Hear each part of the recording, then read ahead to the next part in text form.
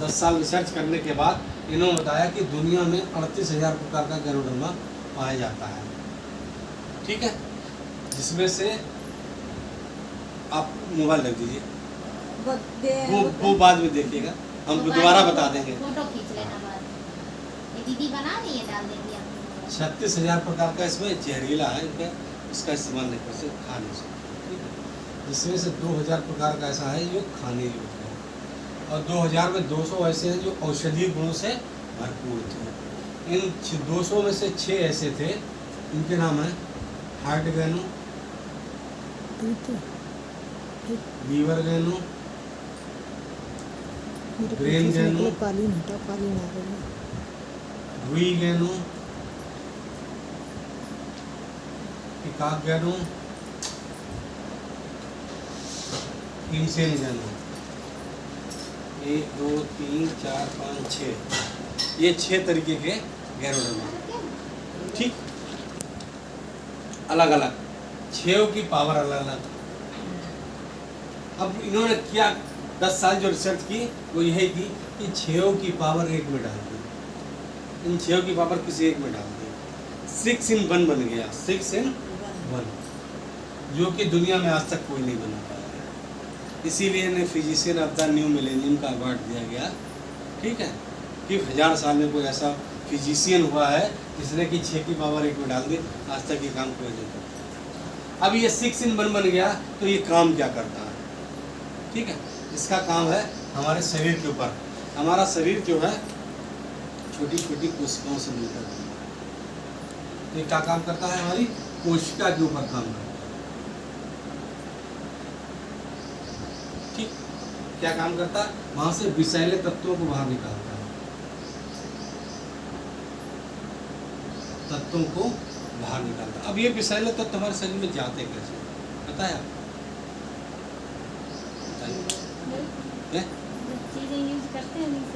विषैले तत्व जाते हैं हम जो सांस ले रहे हैं, हवा में कितने विषैले, कितनी मोटरसाइकिलें चल रही हैं, ट्रक चल रहा है, बसें चल रही हैं, इन सबके पीछे धुआं निकलता है। धुआं कहाँ जाता है? हवा मिल जाता है। फैक्ट्रियाँ लगी हैं, उनका चिमनी देखिए कितनी बड़ी बड़ी होती है, धुआं भर के निकलता है। भट्टे हैं, उनका धुआं निकलता है। ऐसी बहुत सारी चीज़ें हैं जिसमें से गंदगी निकल के हमारी हवा में मिल जाती है, और वो हवा सांस हम लोग खींच रहे हैं, सांस ले रहे हैं, है ना? जब हम लोग सांस ले रहे हैं तो हमारे अंदर जा रही है, जा तो रही है पर निकल नहीं रही है। खान पान से भी निकल रही है। ठीक है, जा तो रही है लेकिन निकल नहीं पा रही। ठीक, अब दूसरी चीज, हम खाना खा रहे हैं, आपको मालूम है आजकल सब्जियों में इंजेक्शन लग के आ रहा है। ठीक है, कीटनाशक उसके ऊपर छिड़का जाता है। छिड़का जब जाता है तो फसल में पहुंच जाता है, वही फसल में उसके माध्यम से हमारे,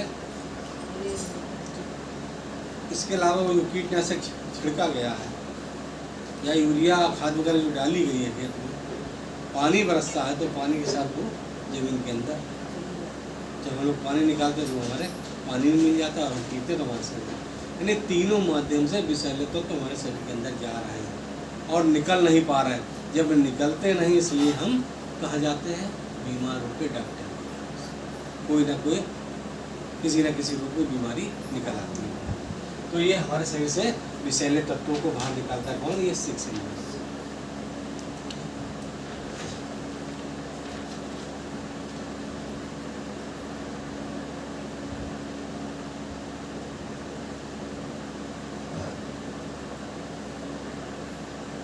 हमारी रोग प्रतिरोधक क्षमता को बढ़ाता है। ये हमारे शरीर में प्राकृतिक रूप से बीमारियों से लड़ने की पावर होती है। आपने बहुत से लोगों को सुना होगा जो बहुत सारी एज हो गई, काफ़ी बड़ी एज हो गई, वो कहते हैं उन्हें जीवन में कभी कोई गोली नहीं खाई, कोई टेबलेट नहीं खाई। वो इसलिए कहते हैं कि उन्हें उनकी रोग प्रतिरोधक क्षमता बहुत ज़्यादा है, उन्हें कोई रोग लगा ही नहीं। लेकिन कुछ लोग ऐसे होते हैं जरा से कोई मौसम बदला तुरंत छींका जाती है। उनकी रोग प्रतिरोधक क्षमता यानी उनकी इम्यूनिटी बहुत कमज़ोर है। जो कमज़ोर हो जाती है इम्यूनिटी तो हम डॉक्टर के चक्कर लगाते रहते, बार बार बीमार पड़ते हैं और जल्दी जल्दी बीमार पड़ते हैं। तो ये हमारी रोग प्रतिरोधक क्षमता को बढ़ाता है, जिससे कि हम जल्दी जल्दी बीमार ना हो।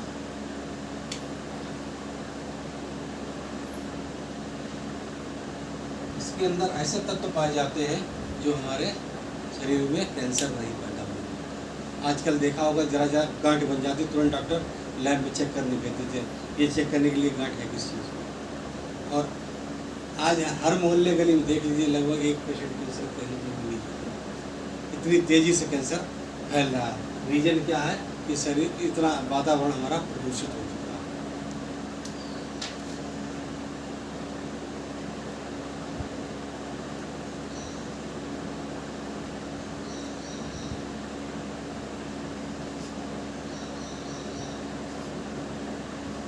कि हमारे शरीर में ब्लड सर्कुलेशन को सुचारू रखता है, यानी हमारे शरीर में पूरे शरीर में ऊपर से नीचे तक ब्लड चलता है, कोई रुकने नहीं देता। अगर रुक गया तो वहाँ पर बहुत दर्द होगा, कहीं भी जहाँ रुकेगा वहाँ दर्द होगा।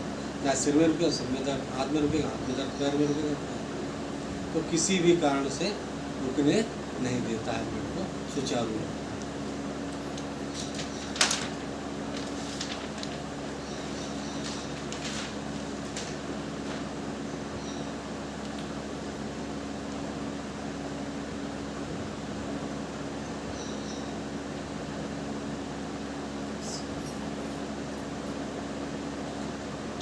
हमारे शरीर में ऑक्सीजन अवशोषित करने की क्षमता भी है।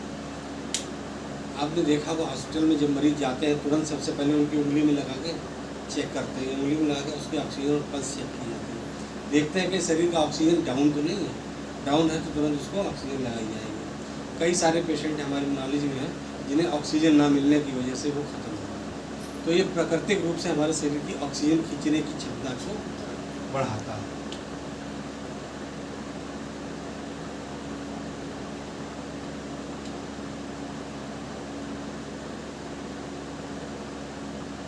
ये हमारे शरीर में कोलेस्ट्रॉल नहीं जमने देता है। कोलेस्ट्रॉल क्या होता है? ये बहुत महीन महीन नलियाँ होती हैं हमारे शरीर के अंदर, ठीक है। इनसे क्या होता है? ब्लड सप्लाई होता है। अब जब कोलेस्ट्रॉल की मात्रा हमारे शरीर में बढ़ने लगती है तो यहाँ जमने लगता है। जब जमने लगता है तो यहाँ से ब्लड निकलना बंद हो जाता है, तो हम या कम हो जाता है, 70% रह जाता है।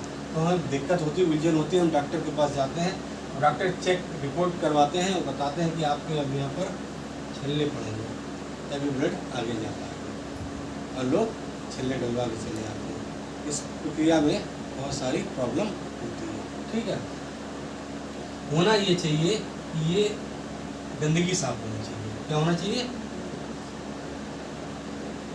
गंदगी अगर साफ होती रहेगी तो शरीर में कोई दिक्कत नहीं आएगी, ठीक है। तो ये हमारा 6-in-1 जो है ये नलियों से गंदगी को साफ करता है, इसीलिए हार्ट की प्रॉब्लम नहीं है।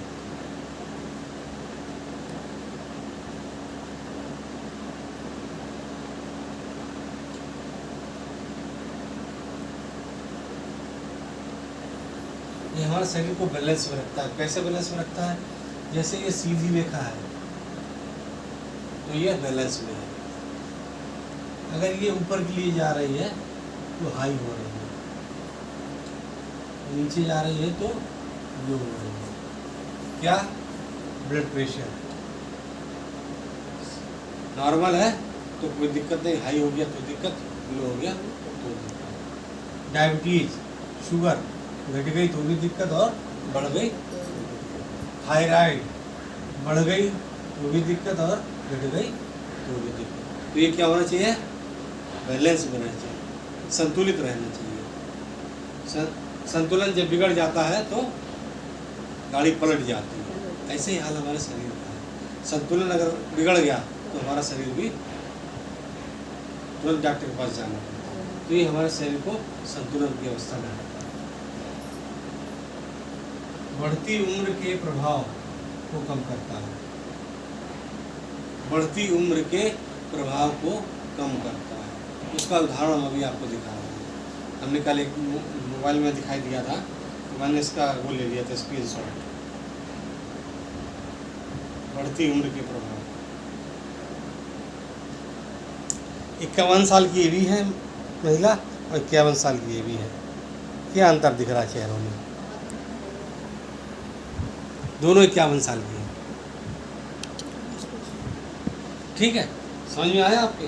दोनों ही 51 साल की हैं। दोनों के ये बढ़ती उम्र के प्रभाव उसके ऊपर चेहरे पे दिख रहा है, लेकिन उनके चेहरे पे नहीं दिख रहा है। इसका मतलब वो कुछ ऐसा ले रही हैं कि उम्र उनके चेहरे पर झलक नहीं रही है। ठीक है, तो ये हमारी बढ़ती उम्र के प्रभाव को कम करता है और इसका कोई भी साइड इफेक्ट नहीं है।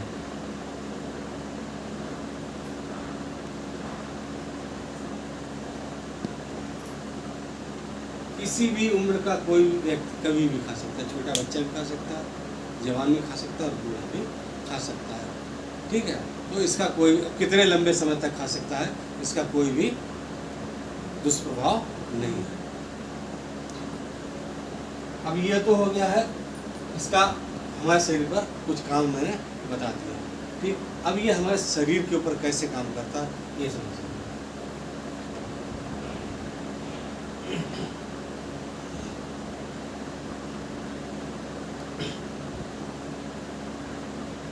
इसके लिए आपको समझना पड़ेगा हमारा शरीर बनता कैसे है।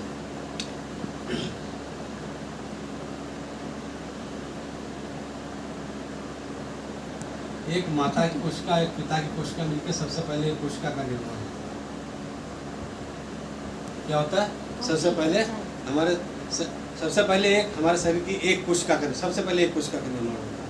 जब ये कई सारी कोशिकाओं में तब्दील हो जाती हैं तो बनता है ऊतक। क्या बनता है?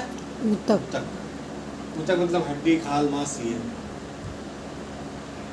उसके बाद बनता है अंग, हाथ, मुंह, पैर। उसके बाद बनता है तंत्र, तो फिर उसके बाद बनता है हमारा शरीर। शरीर को बनने में 9 माह 9 दिन का समय लगता है।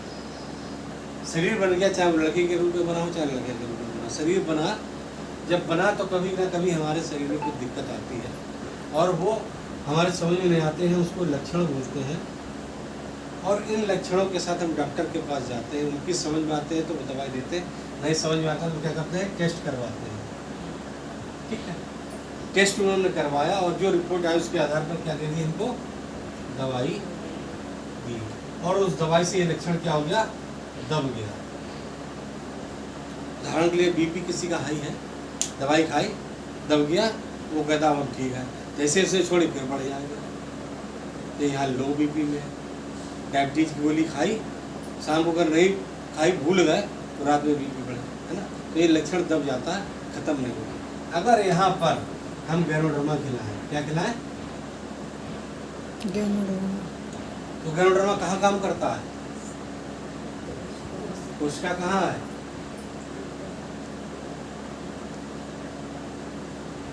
कोशिका पे काम करेगा। दवाई कहाँ काम करती है?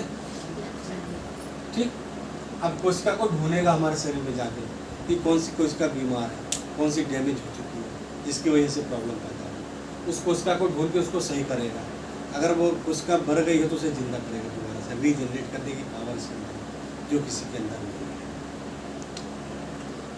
उससे जुड़े ऊतक को सही करेगा, फिर उससे जुड़े अंग को सही करेगा, अंग जिस तंत्र से जुड़ा है उसको सही करेगा और तंत्र हमारे शरीर को सही करेगा। और शरीर सही हो गया तो ये लक्षण ऑटोमेटिक खत्म। जब लक्षण नहीं आएंगे तो आप डॉक्टर के पास जाएंगे नहीं। आपको चेक कर नहीं आएंगे, क्यों जाएंगे डॉक्टर के पास? आपके पेट में दर्द नहीं होगा तो क्यों जाएंगे? सिर में दर्द नहीं होगा तो क्यों जाएंगे? हाथ पैरों में दर्द नहीं होगा तो क्यों जाएंगे, है ना? लक्षण आते हैं, हम लक्षणों को लेके जाते हैं, हमें पता नहीं होती क्या प्रॉब्लम हो रही है, पेट में दर्द हो रहा है, किस वजह से हो रहा है। जब डॉक्टर को दिखाते हैं, वो रिपोर्ट करवाते तो पता चलता है कि लीवर फैटी हो गई है, ये कुछ और प्रॉब्लम हो गई। तो ये हमें तब पता चलता है जब हमारी रिपोर्टें होती है, हम लोग तब तक नहीं पता चलता।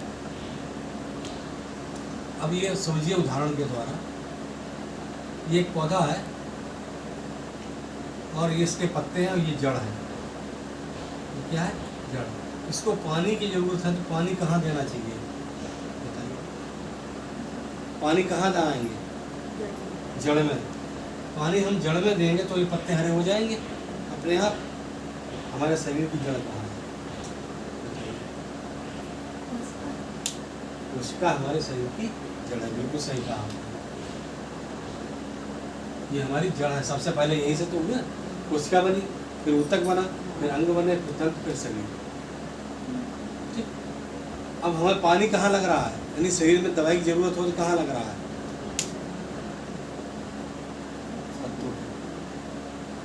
इसीलिए बीमारियाँ ठीक नहीं। किसी को हार्ट की प्रॉब्लम हो जाए ठीक नहीं होती, गठिया हो जाए ठीक नहीं होती, शुगर हो जाए ठीक नहीं होती, बीपी हो जाए ठीक नहीं होती, थायराइड हो जाए ठीक नहीं होती, सर्वाइकल हो जाए ठीक नहीं होती, माइग्रेन हो जाए ठीक नहीं होती, लीवर प्रॉब्लम हो जाए ठीक नहीं होती, किडनी प्रॉब्लम हो जाए ठीक नहीं होती। इतनी मैंने कुछ बीमारियों के नाम गिना दिए जो कभी ठीक नहीं होती, दवाई खाते रहो कंट्रोल रहो।